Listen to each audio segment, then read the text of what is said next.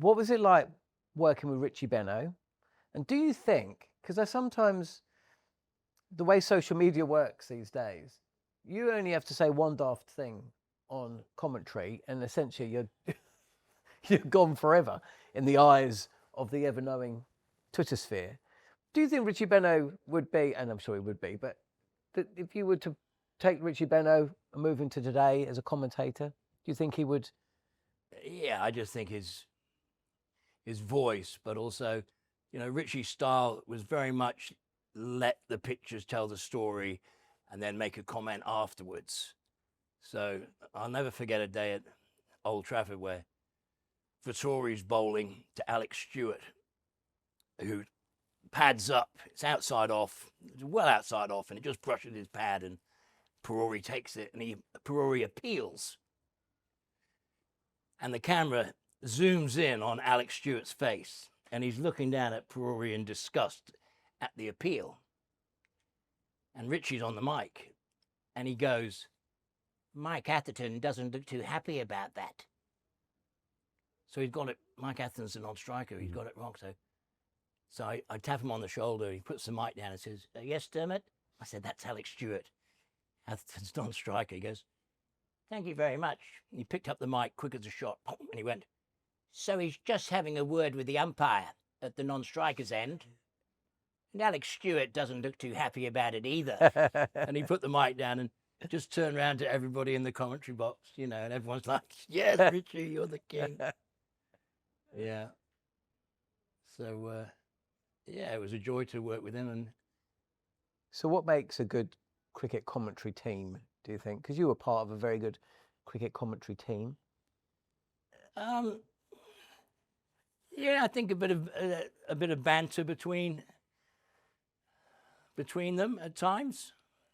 You know, if I was on with Boyks, if I was on with Jeffrey, I might point out that Mark Richardson's scoring at 15 runs an hour, and Jeff, you scored at 17 runs an hour.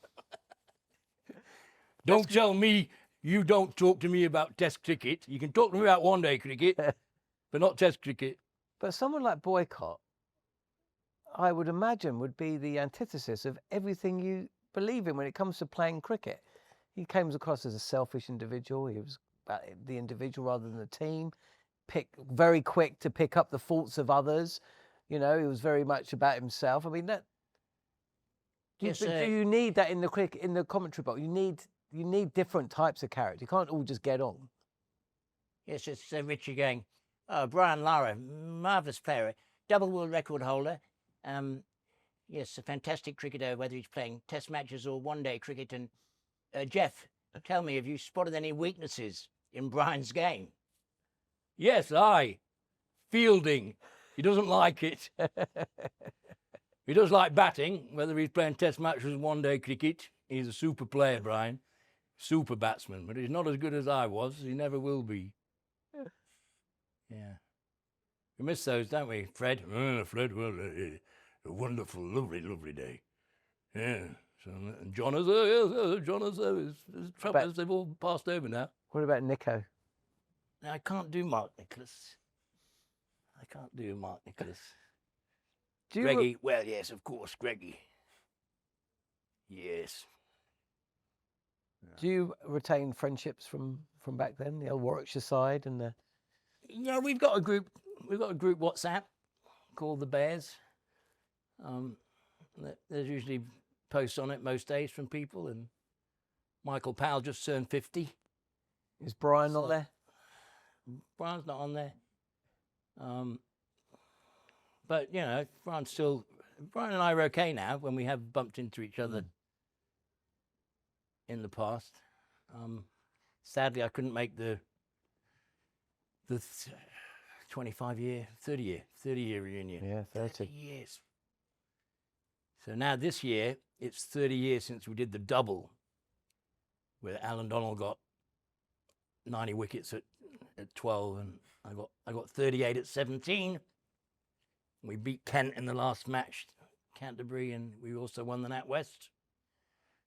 So yeah, 95 was 2 out of the 4. And yeah, Alan Donald, what a pleasure to captain White Lightning. Was he a captain's dream? He is, absolutely. He would be knackered, and he'd be in the changing room, and you go, Al, you good to keep going? You fancy a spell after tea? He'd be, Captain, I'm a bit tired. And all the other boys would be going, come on, Al. Come on, Alan. Do it for us. And he'd go, okay. And I remember one day against Northants, he said his back was a bit stiff. And I said, just bowl at 80%. Just come in and bowl it. Because sometimes he bowls so fast, the ball would go dead straight, go past the batsman, and then it would swing on its way to the keeper. I'd be at first slip and the ball would be swinging. And this one day at Northants, he said his back was a bit tough. I said, just come off a short run. Just bowl at 80%. And he took 8 for. And he said, and it was like watching Marshall or Hadley. He was just, the ball was moving before the bat, because he just slowed down like 10 Ks, but he was still way quicker than me or Tim Munton. Special times. Yeah. Well, hopefully we'll be back.